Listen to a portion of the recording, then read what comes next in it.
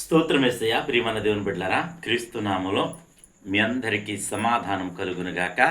ఆమేన్. ప్రతి దినము దేవుని వాగ్దానం అని ఆత్మీయ చక్కటి కార్యక్రమంలో మిమ్మల్ని ప్రేమపూర్వకంగా ఆహ్వానిస్తున్నాను. దేవుని బిడ్డలారా, ఎలా ఉన్నారు? బాగున్నారా? ఉదయాన్నే లేచారా? ప్రార్థన చేసుకున్నారా? కాసేపైనా మీరు దేవుని వాక్యాన్ని చదువుకున్నారా? ప్రభు మీతో మాట్లాడి మిమ్మల్ని బలపరిచారా అని నేను మిమ్మల్ని అడుగుతున్నాను. ప్రతి దినము మరి దేవుడు తన కృప చొప్పున మరి ఇది ఇలా నిలబెట్టుకున్నాడంటే కేవలం ఆయన కృపే.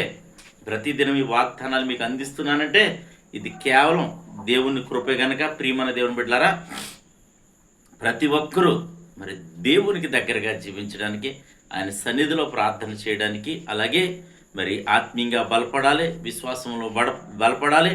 అలాగే ఎన్ని శోధనలు శ్రమలు ఎదురొచ్చినా మరి తొట్టుబాటు పడకుండా విశ్వాసంలో ముందుకు కొనసాగాలి అని తెలియజేస్తూ ప్రతి దినము దేవుని వాగ్దానం అని ఆత్మీయ చక్కటి కార్యక్రమం వాగ్దానం చదువుతున్నాను. మార్కు సువార్త 10వ అధ్యాయము 27వ వచనం.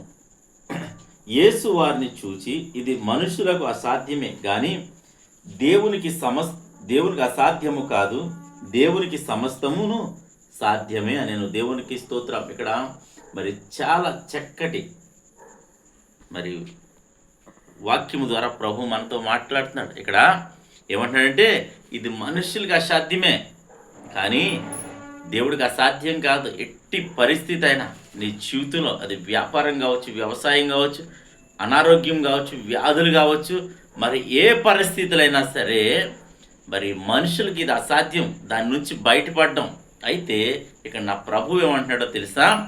మరి ఆయనకి సమస్తము సాధ్యం అంటున్నాడు కనుక ప్రతి ఒక్కరును ఆయన చేతుల్లోనికి మీరు వెళ్ళగలిగితే, ఆయన సన్నిధిలో మనం గడపగలిగితే, ఆయనకు దగ్గరగా జీవించగలిగితే, ఆయన ప్రార్థించగలిగితే, మరి నీ భారమంతా ఆయన మీద వేయగలిగితే నేను తేలిక చేయడానికి ఆయన సమర్థుడు, శక్తిమంతుడు అని నీకు తెలియచేస్తూ, మరి ఈ వాగ్దానం నా కోసమే అని నువ్వు ఒకళ్ళు నమ్మి ప్రార్థన చేయగలిగితే దేవుని బిడ్డలారా, మరి ప్రతి ఒక్కరూ బలపరచబడతారు, దీవించబడతారు, స్వస్థపరచబడతారు.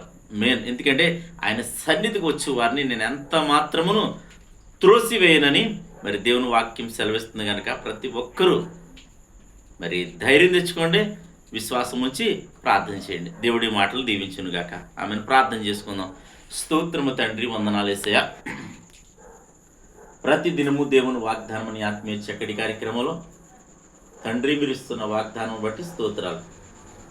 ఎంతమంది ప్రజలు నా తండ్రి సమయంలో యూట్యూబ్ ద్వారా, షేర్ చాట్ ద్వారా, ఫేస్బుక్ ద్వారా ఈ రోడ్డు మార్గం వెళ్తూ చదువుతున్నారు. వారందరి జీవితాల్లో నా తండ్రి ఈ వాగ్దానం నెరవేర్చండి ప్రభువా.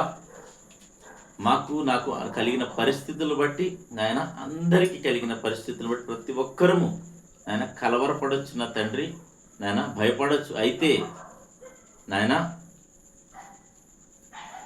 సమస్తము నీకు అసాధ్యము కాదు, సమస్తము సాధ్యము గనక నాయన మా జీవితాల్లో ఒక అద్భుతం చేయమని, మేలు చేయమని ప్రార్థిస్తున్నాం నాయన. వ్యాపారాల్లో, వ్యవసాయాల్లో నాయన, పాడి పంటల్లో ప్రభా నా తండ్రి, ఉద్యోగాల్లో ప్రతి ఒక్కరికి మీరు తోడైండండి. ప్రతి వ్యతిరేకతను నాయన మీరు కొట్టివేయమని ప్రార్థిస్తున్నాం. ప్రతి పాపమును, ప్రతి శాపమును కొట్టివేయమని ప్రార్థిస్తున్నాం.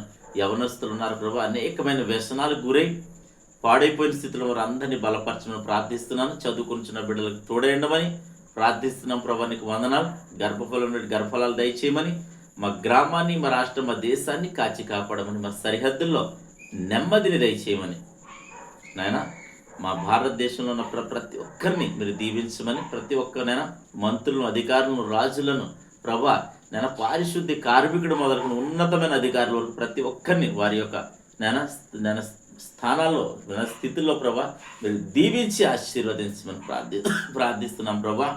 అలాగే దినం ఎవరైతే మ్యారేజ్ డే, బర్త్డే జరిపించండి వీళ్ళందరికీ క్షేమాన్ని, సమాధానాన్ని సంవత్సరం అంతా ఇన్ని దయకిరీటం ఉంచమని, అలాగే ప్రభా ఇద్దరిని బిడ్డలు చేయి ప్రయాణాలు, ప్రయత్నాల్లో, రాకపోకల్లో సమస్తములో మీరు తోడండి, మహిమ పొందమని క్రీస్తు నామములో అడుగుచున్నాం పరమ తండ్రి. ఆమేన్. నేను నమ్ముతున్నాను ప్రియమంది బిడ్డలారా, ప్రభు మనందరినీ బలపరిచారని, మాటల ద్వారా మీరును బలపడ్డారని నేను నమ్ముతున్నాను. అలాగే ఈ దినం ఎవరైతే మ్యారేజ్ డే, బర్త్డే జరిపి మీ అందరికీ క్రీస్తు నామములో శుభాలు తెలియజేసిన దేవుడు నిన్ను, నీ కుటుంబాన్ని బహుగా దీవించునుగాక. ఆమేన్.